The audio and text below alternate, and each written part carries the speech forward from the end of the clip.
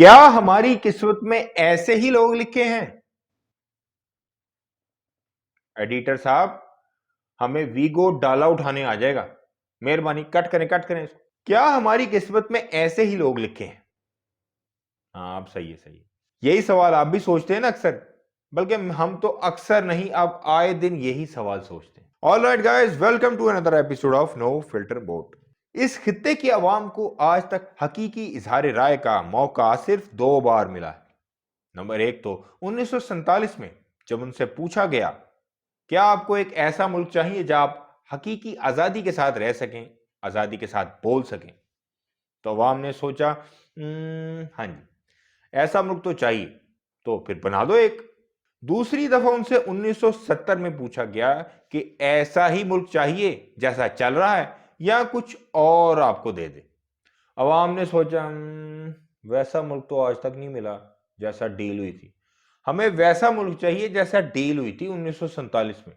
तो सवाल पूछने वालों ने कहा वैसा मुल्क तो नहीं मिलेगा जैसा तुम चाहते हो, इसलिए वही मान लो जो हम चाहते हैं। अवाम ने कहा इस बार तो ऐसी की तैसी। बांग्लादेश बन गया। इन 2 मौकों के अलावा मुझे तो 75 साल की तारीख में कभी याद नहीं पड़ता कि अवाम से आजादी राय कब मांगी गई थी। तो आप सोचते होंगे ये जो इस मुल्क में 12-13 इलेक्शन हुए हैं, 2500 वजीर आजम आए, ये कैसे आ गए? आराम से जवाब दूंगा और लॉजिक के साथ दूंगा। तो आपसे गुजारिश है वीडियो आखिर तक जरूर देखें। दोस्तों, ये वीडियो बहुत मेहनत से तैयार की गई है। आपसे गुजारिश है चैनल को सब्सक्राइब करें, वीडियो को लाइक करें और आखिर तक जरूर देखें। पहली कानून साज असेंबली और 1970 की कानून साज असेंबली तो हमारी यानी अवाम की मर्जी से बनी थी। कोई तीसरी कानून साज असेंबली अवाम की मर्जी से बनी है तो अपनी हिस्ट्री बुक्स को उधर खंगालें और मुझे कमेंट सेक्शन में उसका जवाब दें। पहली कानून साज असेंबली ने हमें मुल्क दिया पाकिस्तान, और 70 वाली कानून साज असेंबली ने 1973 का आइन। दीगर असेंबलियों ने तो अवाम को दुख दर्द और रबर स्टैंप ही दिए। मुल्क चलाने के लिए जो टेक्निक्स चाहिए थी वो तो हमने वेस्ट से नकल करके बना ली। अदलिया, ईवान बाला, ईवान जरी यानी कौमी असेंबली, सूबाई असेंबली, पार्लियामेंट, काबीना और आईनी दस्तावेजात। मगर जमहूरी मुल्क को चलाने के लिए जो हकीकी जमहूरी रूह इस बॉडी को चाहिए थी वो आज तक नहीं मिली। जी हां, क्योंकि जमहूरी मुल्क में आवाम के फैसले का पास रखा जाता है, जो आज तक यहां नहीं रखा गया। आप कहते हैं कि वोटर को अपने जमीर की हकीकी आवाज पर अपने नुमाइंदे का इंतखाब करना चाहिए, लेकिन इस जमीर की आवाज पर मुंतखब होने वाला नुमाइंदा ऊपर पहुंचते ही बेजमीर हो जाता है। खैर, जितने भी ऊपर बैठे हैं सब सादिक और अमीन हैं, ये भी आप याद रखिएगा। यानी अवाम जो वोट हकीकी जमहूरियत की आस में देते हैं वही वोट ऊपर जाकर एक गुलाम पार्लिमानी पार्टी की सूरत में पार्टी सरबराहों की आमरीयत की नजर हो जाता है, यानी डिक्टेटरशिप की नजर हो जाता है। समझ रहे हैं ना? गोया किसी एक डिक्टेटर से बचने के चक्कर में पूरा निजाम 8-10 मुंतखब या नामजद पार्लिमानी डिक्टेटर्स का गुलाम बन जाता है, और वो भी कानून की भरपूर पुष्ट पनाही के साथ। बेशक, क्योंकि जब ये ऊपर पहुंच जाते हैं तो आप रियासत के साथ तो बिल्कुल नहीं टकरा सकते हैं। रियासत के खिलाफ अगर आप बात करते हैं चौक पे खड़े होकर तो आपको आंसू गैस के गोले, गंदे पानी के धारे और पता नहीं क्या क्या झेलना पड़ता है। और फिर इन 8-10 डिक्टेटर्स को पर्दों के पीछे बैठा सुपर डिक्टेटर रिमोट कंट्रोल पर चला रहा होता है। यूं अवाम का एंटरटेनमेंट एक कियोग्राफ्ड पुतली तमाशे से होता रहता है।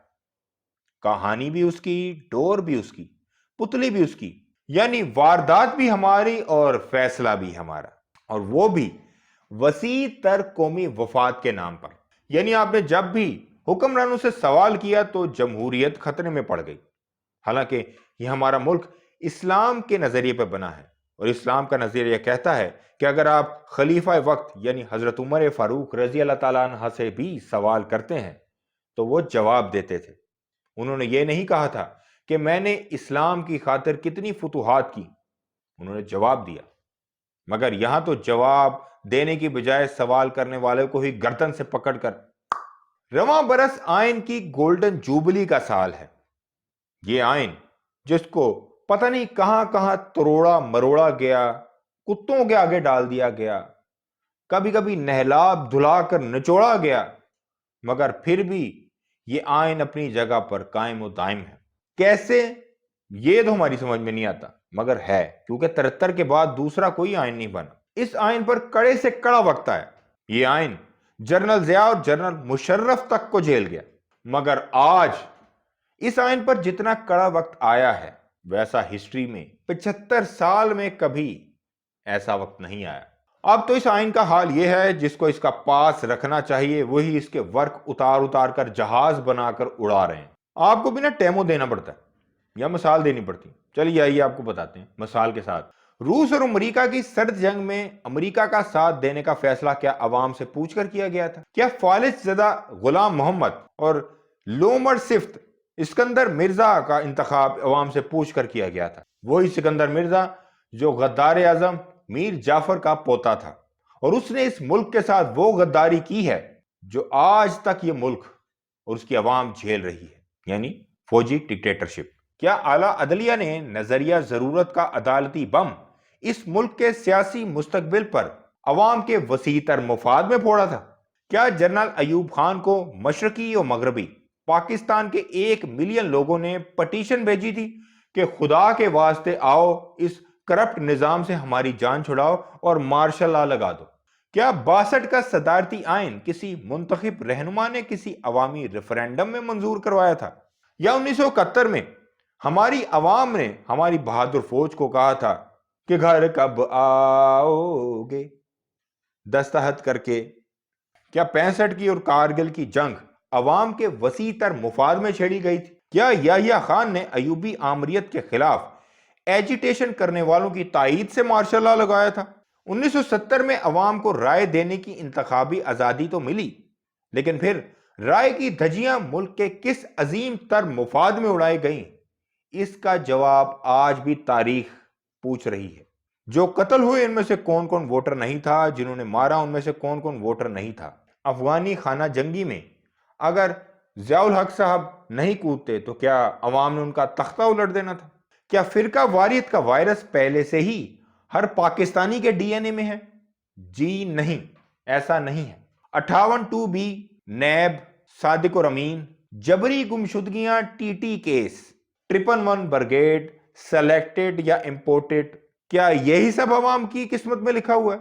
अवाम के नाम पर आज तक अरबों रुपए लिए गए हैं, मगर अवाम पर आज तक वो एक पैसा भी नहीं लगा। अवाम के बच्चे नौकरियों के लिए भटक रहे हैं, मगर वो कर्जे लेने वाले सियासतदानों के बच्चे इतने दिमाग वाले हो गए कि उन्होंने बाहर अरबों खरबों रुपए की प्रॉपर्टियां बना ली। क्या वो नवाज शरीफ के बच्चे हों या इसहाक डार के बच्चे हों, दुबई और लंदन में उनकी अरबों रुपए की जायदादें हैं, मगर आपको क्या पता? आपको तो कुछ पता ही नहीं। पता तो उनको है जिन्होंने फैसले करने होते हैं। ये कर्जे कौन चुकाएगा? बाजवा, इमरान, शहबाज, इसहाक, जरदारी, या वो सिक्योरिटी गार्ड जो 15,000 रुपए की तनख्वाह में हर शय पर डायरेक्ट या इनडायरेक्ट टैक्स अदा कर रहा है?